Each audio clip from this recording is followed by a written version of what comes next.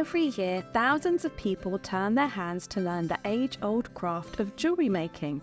But what is a jeweller? Who are the people who make the creative, sparkly things we have come to know and love? Where do they make it? How do they make it? What do their workshops look like? And what led them down that specific path? In this short series, come on a journey of discovery with me to meet the jewellers who are creating and selling their work, building their own small but wonderful businesses, and learning all different aspects of this incredible craft. Let's meet the Handmade Jewellers.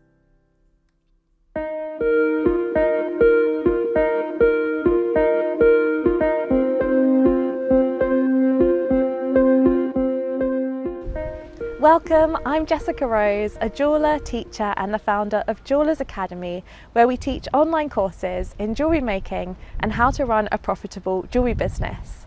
Today I'm going to be spending the day with jeweller Ange B. Ange lives here in West London and she runs her own jewellery business, Ange B Designs, alongside her part-time job as a physiotherapist. Ange's work is big, bold and architectural in nature. She works predominantly in silver and gold and creates one-off pieces as well as collections for her ever-growing customer base. Today we'll hear about Ange's unique journey into jewellery making, plus we'll get creative with some making too. And of course we'll get to see around her home jewellery workshop complete with all the tools. I'm excited to get started, so let's go and meet Ange.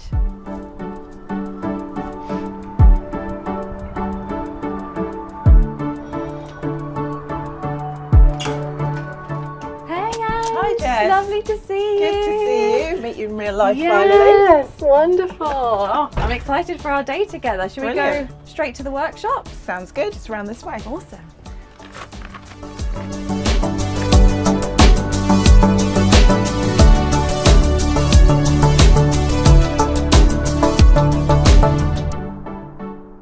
So this is my half of the garden, Jess. Wow. Come on Can't wait through. to see it. And welcome to the She Cave. Oh, amazing. It's Yeah. gorgeous. This is my happy place. I can't believe it says She Cave on it as well. Oh yes, definitely had to give her a name. Wonderful. And the purple, silver star. Yep. It's beautiful. Let's go inside. Alrighty. Wow. Come on in.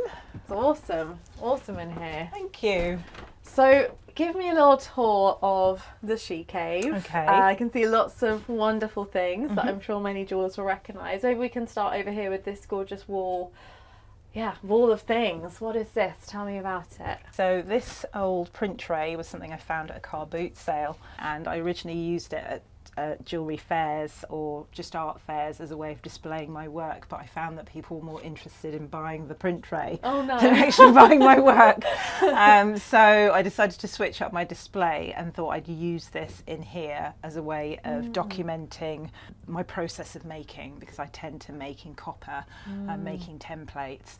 So this is like a living sketchbook really, and just a reference for me. I love it. And you've got your gardening tools. I've got my gardening tools, which it are is essential. a shed after all. It is a shed, and also because of the workshops that I run, I like to keep the garden looking presentable for when people arrive. Yeah. So this is kind of your bookshelf. You've got your jewellery books. Yes. What's in these magical boxes? I don't know if you're like me.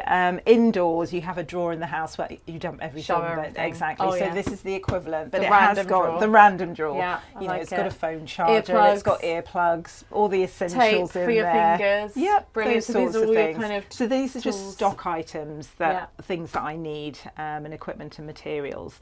And then you can see I've got quite a limited jewellery book selection here. Reason being, this poor old shelf couldn't take my full collection.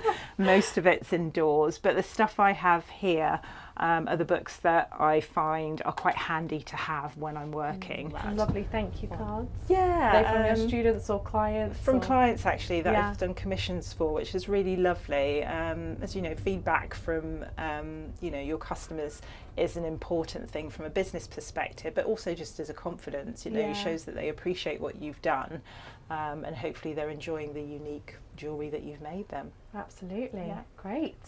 So let's have a look at your tools. You've My got the pegboard. The pegboard. This was the incarnation of a lovely builder who helped me renovate the She Cave a couple of years ago. I used to store all of my tools on my workbench, and it was his idea to have things wall mounted. From an accessibility point of view, very clever man, but also I think it's quite nice aesthetically as well.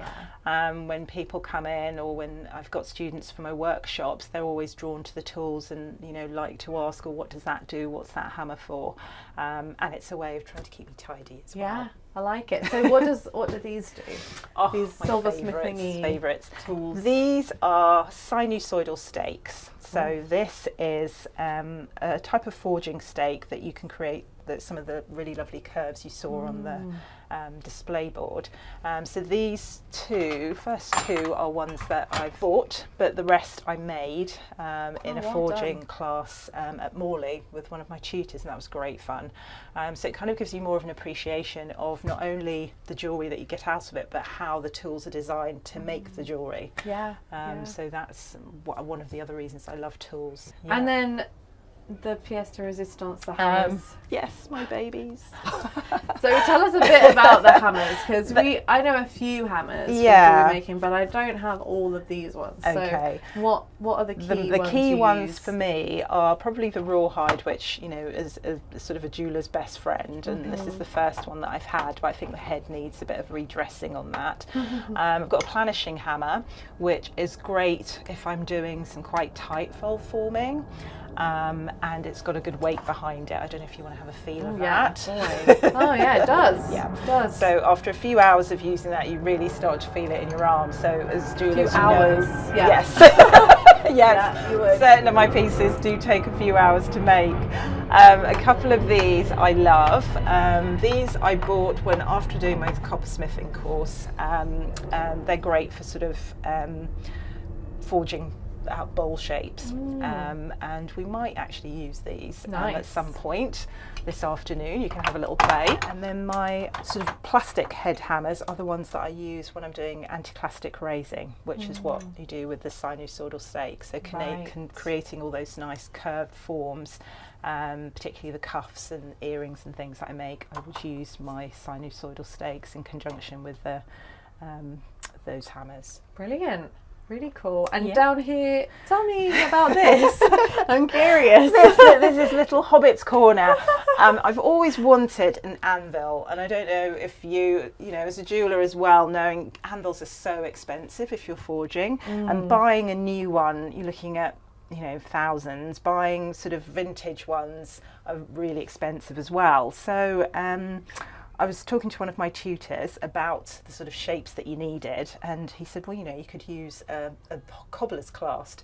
So I'm always looking on eBay for tools. I love buying tools that have had a life before and have been used before. I love the history behind them. And I came across this cobbler's shoe last. So it came with this bit, and I sort of got an old tree log from a local a tree surgeon who is felling a tree, and then that's it. So if I'm wanting to forge something that requires a bit more length, I'll sit on one of the chairs up here with my hammer, and it will allow me to sort of stretch the metal a little bit more easily than doing it on the vise, where the angle I'm standing at is actually too high and it's more uncomfortable. Yeah, so creative. Yeah, I think you can find tools everywhere. Exactly, and also, when people ask me about jewellery making or how much it costs, it can cost as much as you want it to, really, as I'm sure you know, but there are ways that you can get things to make life easier for yourself and make things more financially viable as well. Wonderful. Great, should we take a look at the jewellery benches next? Yeah, sure. So this is my lovely hardwood jewellery bench, which was put together by my lovely builder, who is basically a bit of kitchen worktop that he cobbled together. I was previously working on some very warped MDF, which was a bit of a nightmare for hammering. So this is lovely and sturdy, and he spoke to me about what I needed in terms of positioning the cutout and space for my bench peg. My soldering station, as you can see, is quite rustic but functional. Collected lots of solder blocks over the years. and have got this steel guard here which I bought from one of the technicians at college, which is great just from a health and safety point of view. My solder, I tend to work with everything all out in a mess, so I've devised a very simple system of labelling which solder's in which part, so that I can actually keep things separated. And then I've got my bench peg set up here, pickle pot. It's really hard arranging things so that it doesn't look too cramped, but I find if I'm soldering, I can then work from here to here to here and keep things pretty contained. If I'm teaching a workshop with 2 people, I'll have 2 bench pegs set up, but for myself it's quite nice. I've got quite a lot of room to play with. Wonderful. And there's a big torch behind you as well. Yes, this is Big Bertha. Oh, Big Bertha, hello. And depending on how good my workshop students are, if they're quite competent and confident with tools, I let them use Big Bertha. Otherwise, we tend to use the smaller ones. Some people are a bit nervous around flames. I don't know if you found that when you're teaching. Yes, yeah. This is the original torch that I started with when I first started making jewellery, and I tend to use this for smaller items. But if someone's a bit nervous, they can use this. But people always get excited when I praise them and say, yeah, you get to use Big Bertha. You're ready for Big Bertha. The tank's stored down there, so that's quite safe and out of the way. Nice and out of direct sunlight. Yeah. This is where you do most of your making. Yes. And then I can see there's a few more tools. Yes, sort of an array of things. I sort of, again, try and keep my tools as simple and relatively inexpensive. So I've got this is my micromotor. I can't work without music or noise in the background, so I'm either singing and dancing, listening to a podcast, or podcasting and dancing and making jewellery at the same time. All at the same time. Yeah. I've got my steel blocks too, because when I do my workshops, if I've got 2 people in, I like to get them to relax by hammering to start with. So we'll get some pieces of copper, let them play with the hammers so they can explore the different textures, and it's quite a nice icebreaker and a way of them relaxing as well. And so good sandbags there. Yes, to absorb the sound. Yeah, although having a symmetry out the back, it means I'm not disturbing too many people. That's true. That's very true. Great. And this is your saw blade storage. I like that. Show us that. This, I think I found this little hack on Instagram. Is it Metalsmith Society? Yeah. And I was forever mixing up my saw blades, and someone had demonstrated a sort of different version of this. So yeah, it works really well for me. And I do try to label my saw frame as well, depending on what blade I'm using, but that doesn't always work. Wonderful. So we're going to do some jewellery making a bit later, aren't we? We are, if you're up to it, but not quite jewellery. Not quite jewellery. Okay, interesting. I'm intrigued. Yeah. Well, should we go upstairs and have a little chat about you and find out more about you, and then come back and do some making? Great, sounds good.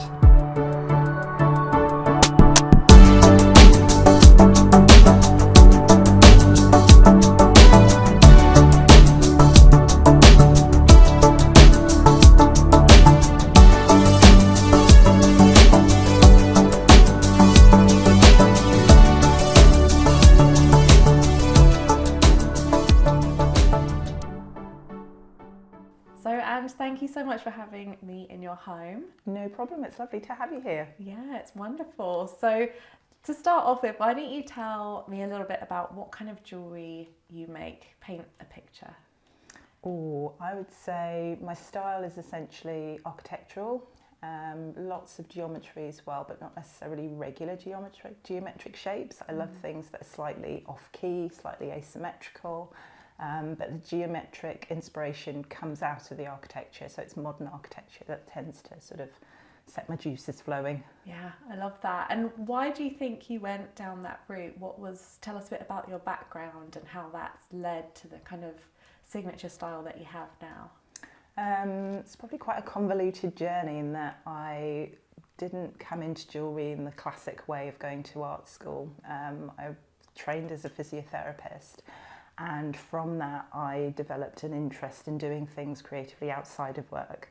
I always loved painting, drawing, making things as a kid, but going through a sort of medical career, you lose that connection. And so about 15 years ago, I decided to try an evening class in jewellery making. which I loved. And from that, I started to bring my own style of design, so that incorporated the things that I love looking at when I go out and about. So architecture, as I said, particularly modern architecture, contemporary artists, that sort of thing. Wonderful. And I think you have, you make a lot of big bold pieces, and you have this very clear style, which I know has been an evolution for you. But yeah, how did that kind of, did you always make work like that, or how did your design work develop as you've gone through your jewellery making journey? I think as any maker, when you're beginning, you learn the ropes, as in you learn to solder, you learn to pierce. And it was off the back of that I decided that I didn't necessarily want to make the sort of classic styles of jewellery that I was seeing out and about, but I love the mechanics of making. So I wanted to incorporate my ideas in terms of more sculptural work, which you can see in the scale of my pieces. And that sort of comes out into my designs, I think. Absolutely. And you work in metalwork. What kind of metals do you like to work with generally, and kind of where's that going for you? When I'm formulating a design, I like to start in copper. I'm not someone that sits down and draws a design in a classic way before I commit it to silver. So I'll make a copper template beforehand just to explore the metal. I love working with the metal itself. And then from there, once I'm happy with the copper template, I'll then transpose that to a silver piece. Lovely. And do you ever work in gold or other metals? More recently, I have started working in gold. It's something that my customers have asked for quite a lot. So I feel that it's something I've tried to push myself to do. It's quite challenging, as you know. It's a more sensitive metal, and the way that I work in silver tends to be a lot more brutal. So with gold, it's more of a delicate touch, particularly in the heating process, but I'm actually really enjoying it. Lovely. And I think your designs will look amazing in gold, but it's a big investment, isn't it? Definitely. Because you've got big pieces, so Yes. it's a process. And what are some of your favourite tools that you use for your making process? I love my hammers. I'm a hammer girl. My partner thinks it's really odd that my wish list for Christmas presents and birthdays, there's always a hammer on there somewhere. For me, it's an extension of my arm and the way that I sort of want the metal to look. And I find it's a really great challenge as well, physically, feeling that I'm doing something to make something look a certain way. Whereas I think with fine jewellery, it's much more delicate touch. Yeah, so you're kind of manipulating the metal and striking it, and Yes. and I guess quite therapeutic as well to get some of that. Yeah, it's for me, one of the hashtags I always use is embrace the process, and for me the process of jewellery making is as important as the outcome.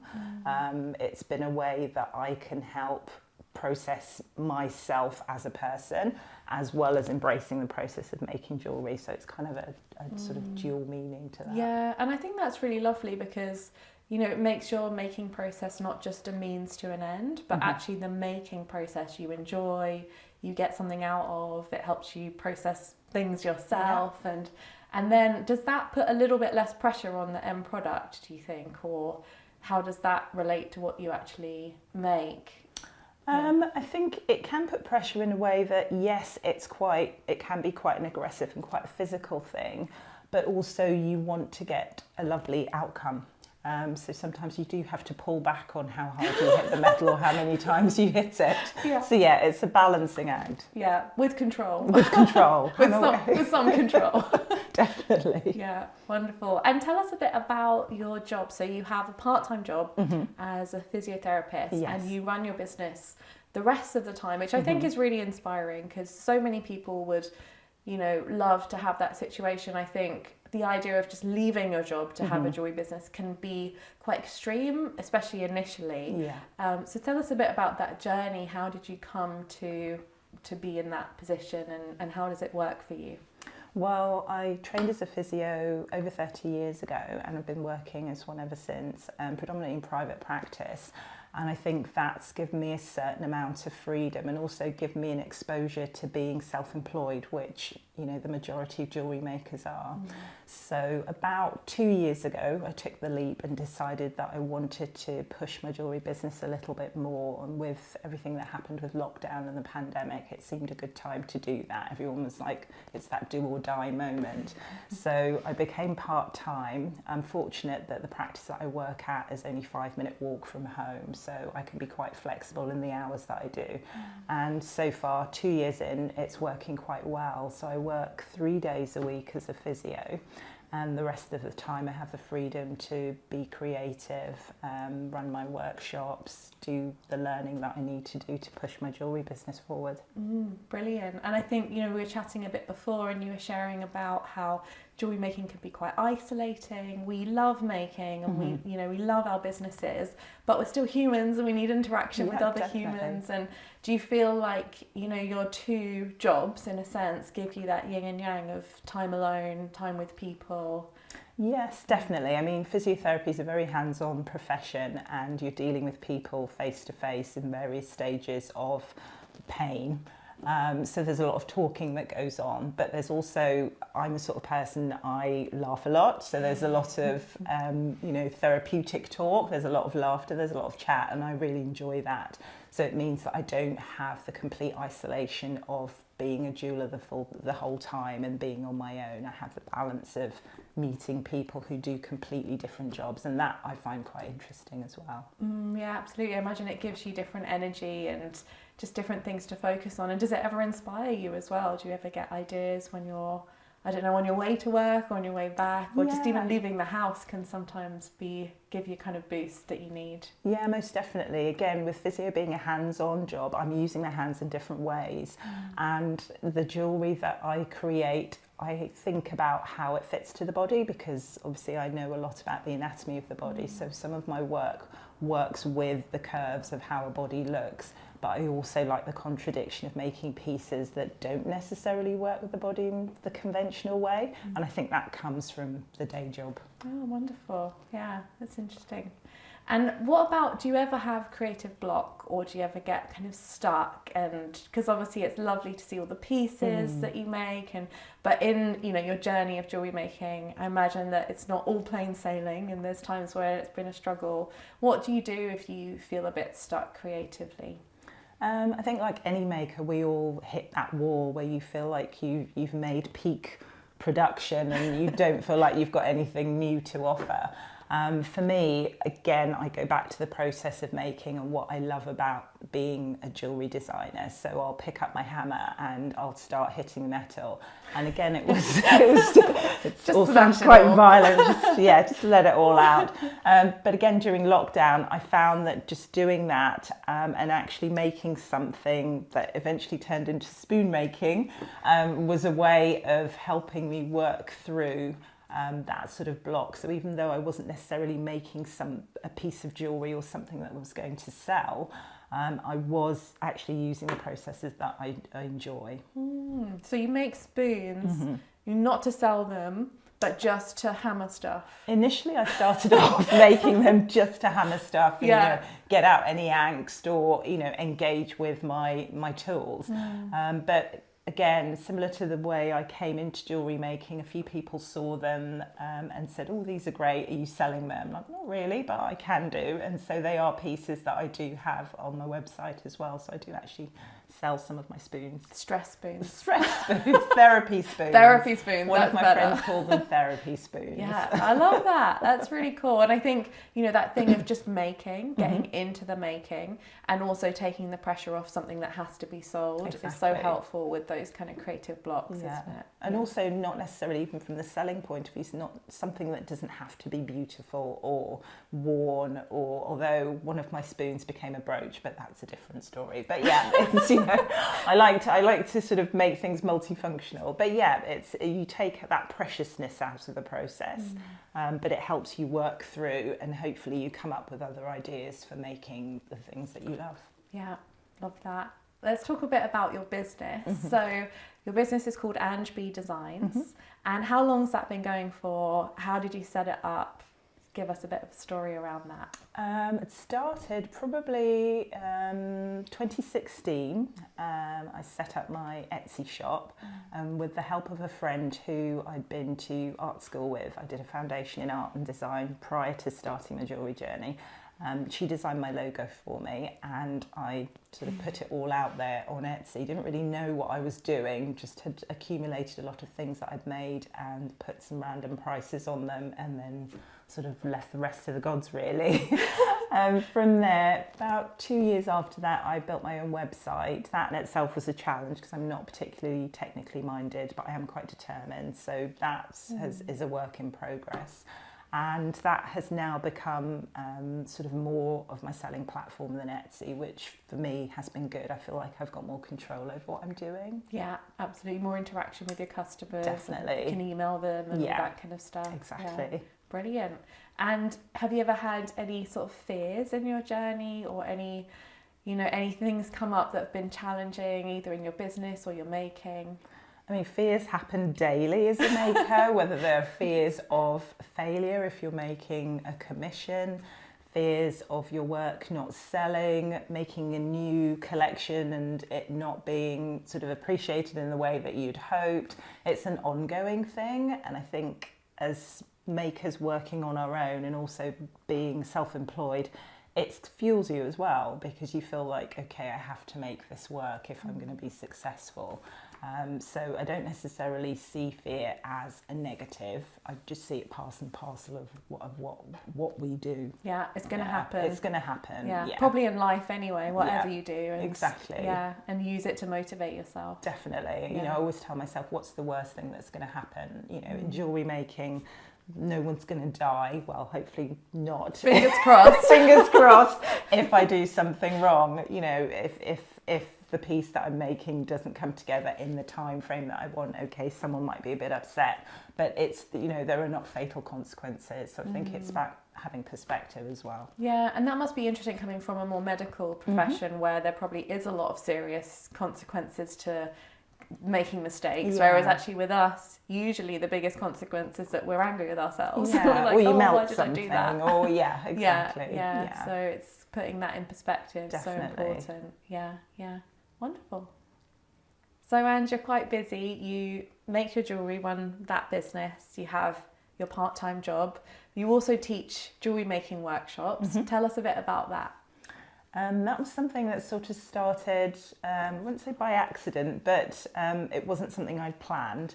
A friend who I'd met through Etsy, another seller, we become friends via Instagram, came to visit and was giving her a tour of my workshop and showing her how things worked. And she said, oh, you know, can I try making something? And I said, sure, I'll show you how to make a ring. And sort of several hours later, she'd made a ring and she loved it and said, you know, you should teach. You're quite good at teaching. I'd not thought of doing it. And again, she sort of said, what's the worst thing that can happen? You know, if you advertise it as something that you do and no one books, that's fine, you've not lost anything. So I kind of pushed myself and developed a very simple ring making workshop that I felt a beginner could do from start to end with as little input from myself, not input, as little hands-on help from myself as possible. And be able to go home with something they created at the end of the day. And that was just before the pandemic started, so late 2019. And it's sort of grown and grown since then. So I also teach a bangle making workshop and have recently introduced a wedding ring workshop as well. Wonderful. Yeah, and it must be nice to have people come into your space and see the progress that they're making. I know I've always loved teaching because you get to pass on that love of the making and your knowledge, and it can almost reinvigorate you again, can't it? And kind of give some fresh energy to your business too. Yes, I mean, there is a daunting aspect as well. I feel not only for myself but them. The workshops I teach are either 1-to-1 or 2-to-1, and I always feel a little bit for the 1-to-1 person. They're sort of turning up at the front door to someone they've never met before, going into a space, into an environment that's completely new. So I try to get people as relaxed as possible when they arrive, because I sort of put myself in their shoes and how I felt the first time I started making jewellery. So I try and keep the session as relaxed as I can, as personable, as fun. And it always starts with some hammering, because I find that really helps people to sort of warm up physically, but also relax and feel comfortable with me and in the space. Yeah, so I've already hammered with you, so everything else is going to be exactly. I know how to use this weapon. Love that. And also, you were featured in my book, Start and Grow a Profitable Jewelry Business. Thank you. What was that like? I know you've done a few things, you know, for press, and you know, featured there as well.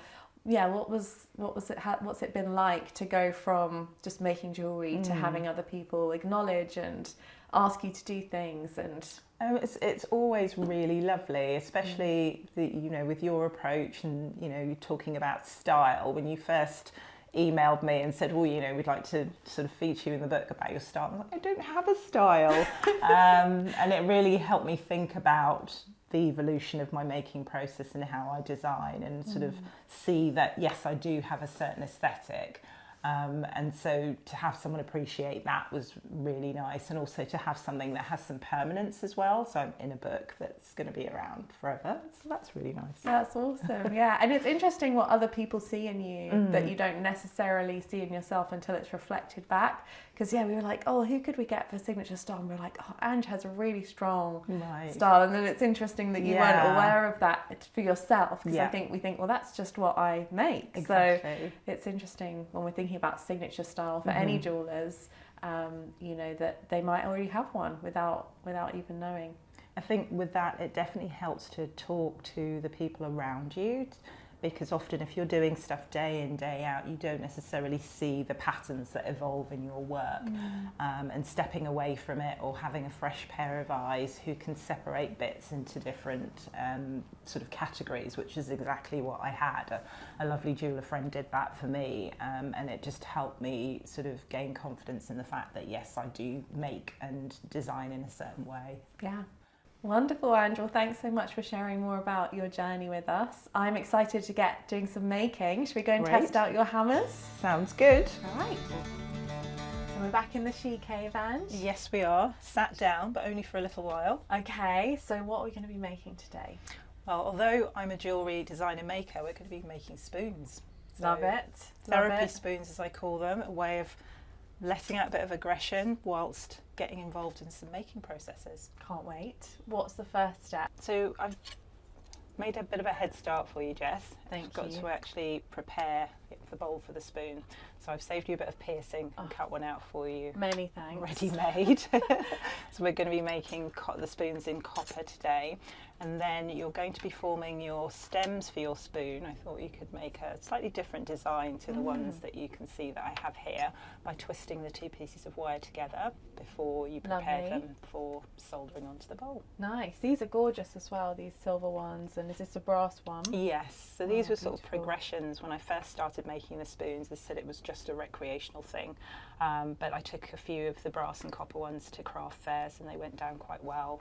And a couple of people asked for silver ones. Yeah, I love them. I can see why you enjoy making them. Commemorative christening spoon type things. Awesome. Okay, so first step.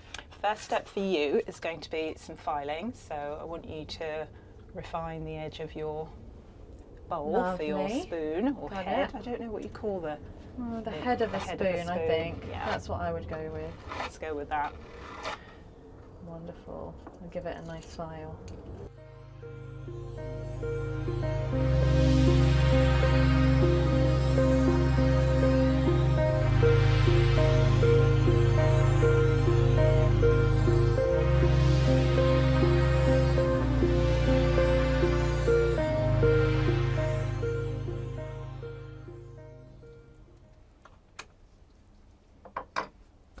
Great, all filed. What's next? Brilliant. So next you've got to prepare your handle. And I thought we'd go for a twisted effect, and we're going to do this as a joint venture. A bit of teamwork makes the dream work. Awesome. So I want you to grip the ends in there. Alrighty. Let's get a good. That's it. Get a good grip. Okay, and I want you to hold tightly. Okay. This is very. It's definitely got. I've definitely got this. Okay, you have got this. So I'm going to start off. Oh, nice. Like so. So I would normally do this in the vise, but I thought for ease and so that we could work together. And for fun. And for fun. You want to try and get quite a nice tight twist. I have annealed it, but you can see it's still a bit of a struggle. Yes. But the plan is for you to also flatten this, which will hopefully firm things up a bit.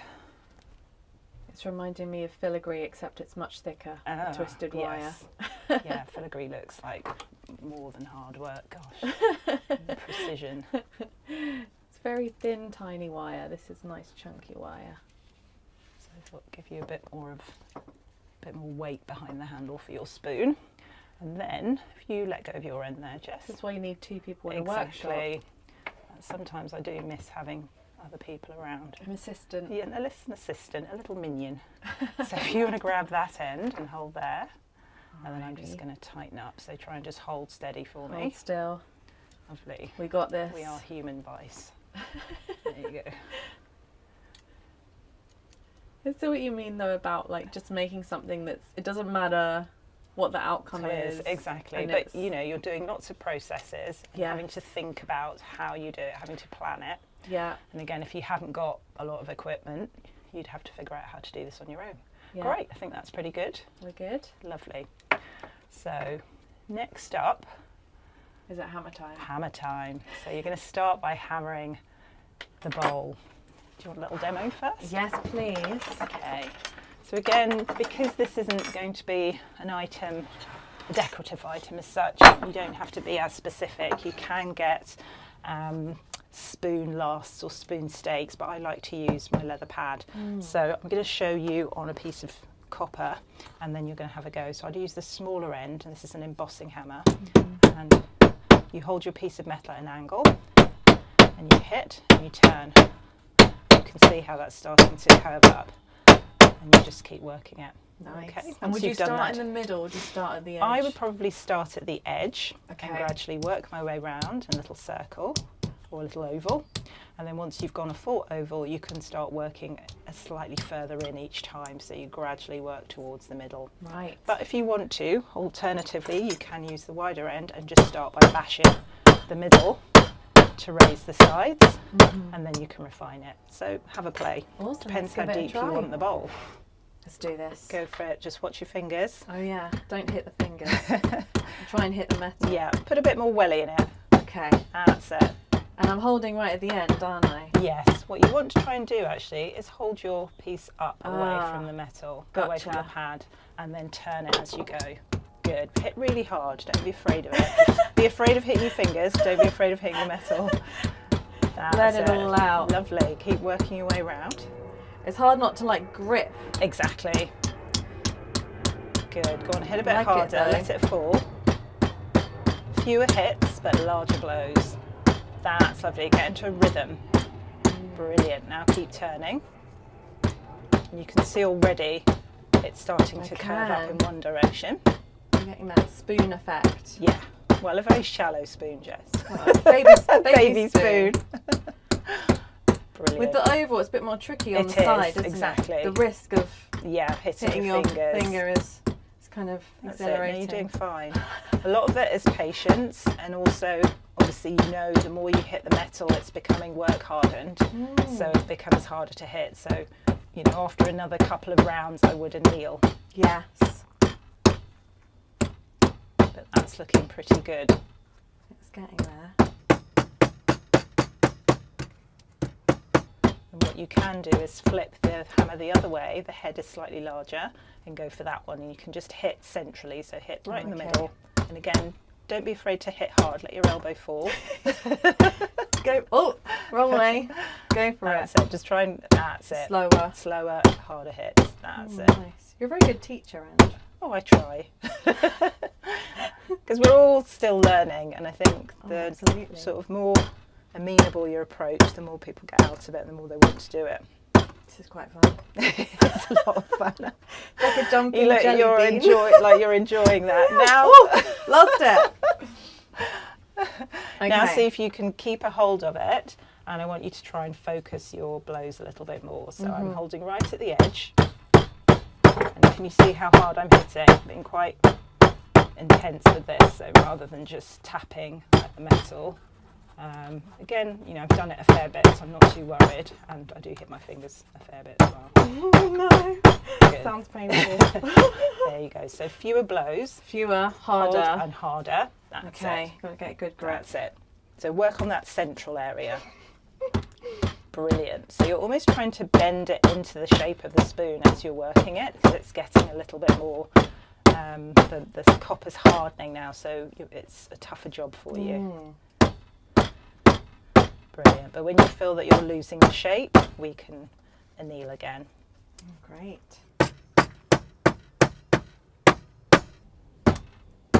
Brilliant. That's great. So let's have a look. So, yep, you can see you've already got quite a nice bowl shape happening, and you haven't been doing that much hitting. If you wanted that deeper, obviously you continue and you'd anneal, but I think let's move on and we can add the stem to your spoon. Wonderful, thank you. So before we move on to soldering, Jess, I thought you could add a little bit more detail to your spoon handle by hammering this twist flat. Yes. So a little bit more hammering for you. Brilliant. But this time what kind of on the hammer steel is block. this one? This is just my normal flathead hammer that I use for flattening things. So I'll move your lovely bowl out of the way, and then watch your fingers, and then just hit hard. You're wanting to just flatten the profile of that, work your way down. When you get to the middle, if you turn it around, because you can see it's sort of starting to bend, just watch your fingers there. Don't whack the fingers. Don't watch the fingers, and try and relax, let the hammer fall rather than using too much force. Brilliant. So now if you stop and then just do a turn and then hammer up to the middle, because you can see it's starting to bend, and that's just the natural turn that happens in the metal, because we don't hit with an even force, it will cause a curve. Right, that makes a lot of sense. That's it, keep working to the middle. Lovely. Great, I think that will do. Didn't get your fingers there, did you? Just the edge. Just the edge. It's all good. Oh dear. It's all good. Brilliant. And so now you've got quite an interesting, almost a plait effect there, ready to be soldered onto your bowl. So we just need to straighten up a bit and they're good to go. You've made your lovely twisted stem. Your bowl we can refine afterwards if you want that a bit deeper, but we've set up here. So you've got the flux, and I've put a couple of solder pallions underneath the two stems of the handle. And you said it's ready easy to go. solder. I've gone for easy solder because it's copper and it will heat up quite quickly.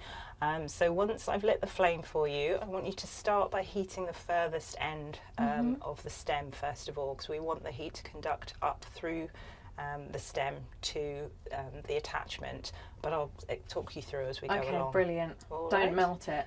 That's the main thing. Don't melt the spoon, Jess. Give it a go. Are you ready to go? I'm ready. To rev up Big Bertha? Yeah, Okay, Big Bertha's so here. Turn that to the left. That's it. Nice steady flame. I want you to heat from above. That's Okay, it. heat from above. Heat from above.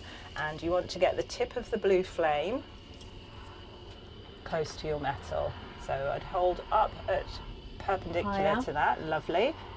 Gotcha. Good. And now start working your way up. So you can see that your flux is starting to bubble. Brilliant. And now if you move your heat to the top end of the bowl, because we want all of the bits of metal to heat at the same time. Oh, it's beautiful colours. I know, I really love the patina, and it's a devil to try and get that to stay. Now if you concentrate your flame over the attachment, because hopefully that shouldn't take too long to go, just hold up a little bit higher, so the tip of the blue flame, so that inner blue flame, there we go. See that starting to melt? Oh yes, I see the flash. Good. Are we good? Are we close enough to get a... Just keep going. If you hold a little bit higher, don't worry about me. I'm just going to... Oh, I love it. Teamwork. Teamwork. Ooh, shaky teamwork. And stop. Lovely. I think we've got at least one of those attached. Wonderful. Brilliant. And it goes very black afterwards. Good stuff. Nice. Moment of truth. Should we pick that up? Let's give it a go, see if it happened. Yes. Well, hey, there we go. It worked. Brilliant. Wonderful. All right, we'll give it a quench. Awesome. So we just need to pickle and then polish up. Brilliant. Let's do it. So your spoon's out of the pickle, Jess. As you can see, it's nice and clean and ready for polishing. So you can use one of two things, either brass brush, oh yes, love or a brass brush, some wire wool. Actually, both might work. So I'd probably go for the brass brush on the stem, and good firm brushing motion, as if you're polishing boots. There you go. That's it. Give it some welly. There you go. Oh, you it's starting to see shine the lovely up. shine come out. Yeah, lovely. So the twist, I think, was a good idea. It emphasises that pattern. So you'd go for this on the stalk on the wire wool. Yeah, on the bowl. Just makes it. So do you sell easier. these spoons, Ange? They seem to be really popular at craft fairs and open studios. I have sold a few on my website as well, but I think people with anything jewellery products, people like to see them. Yeah. And also people seem to like picking the spoons up and playing with them. Again, I guess they're less precious than jewellery. They don't feel like it's something that's dainty and they're going to break it. Yeah, absolutely. And I think they find the juxtaposition of having spoons with jewellery quite interesting, and will often ask me, did you make these as well? Why did you make these? What's the relationship? And then the whole story of the therapy spoons and how they came about usually comes out. Yeah, how it helps you with your process. Yeah. And yeah, I think a lot of people can relate to that as well, can't they? The idea that we all get stuck sometimes. Exactly. And you don't just have to make to sell. Yeah. You can make to release some of that stress. Definitely. Or to learn a technique. Yeah. Well, it's nice the wire wool gives this lovely satin finish. Yes, I do like it for finishing some of my silver work as well. I think you've done a really good job there. What do you think? Wonderful, thank you. It was such fun. Thank you for showing me some of your process and introducing me to your workshop and everything. Should we go and have a bit of fresh air? Sounds like a plan. Well, that was fun. Yes, I hope you enjoyed making a spoon. I did, yeah. I learned lots of new things. Put it to good use as well. I will try my best. It's not every day a jeweller gets to make a spoon. It's not. I've never made a spoon before, so thank you so much. You're welcome. And I wanted to have a little bit more of a chat about, we've touched on before that jewellery making can be a little bit isolating as a profession. I think a lot of people will be able to relate to that, and as much as we love the She Cave, there must be times when it can be a little bit lonely. So what do you do in your daily practice or weekly practice to connect with people and stay part of a community? I try to keep active in the sense that I like to keep as fit as possible, and whilst I don't always have time to do formal exercise, walking is the main thing that I do to keep fit. And I have quite a few friends that live locally. One in particular, she is a children's magazine editor, so we try and have a weekly, usually Thursday morning walk, where we sort of take ourselves off to the nearest park, have a good chat, set the world to rights. We bounce ideas off each other and see how each other's week has gone, and it's quite a nice way just to sort of reset and feel like I've made a connection with another human, and also someone that's outside of the jewellery business as well. I think that's quite important. And what advice would you give to anybody starting out in a jewellery business, thinking about following, a similar path where they might start their own business, perhaps still keep their job or not, and find their own way? Well, first of all, I would say find a community. So whether it's a community of other makers, because it's always great to get input from people that don't necessarily do the exact same craft as yourself. Find a good network for learning. So whether that's an adult education college or an online resource like your own business, Jess, I think that's really valuable. And also find an aspect of jewellery making that you enjoy. There are lots of trends that come out and people are doing different things that seem to be the thing to buy at the moment, but find something or some aspect of jewellery that you connect with and you enjoy making, and find out ways that you can make that to the best of your ability. Well, thank you so much. It's been a wonderful day together. Thank you for coming all the way from the sea to see me. Yes. To noisy Ealing. Yes, love it here. I'll come again. Brilliant. It's been a pleasure. Thank you.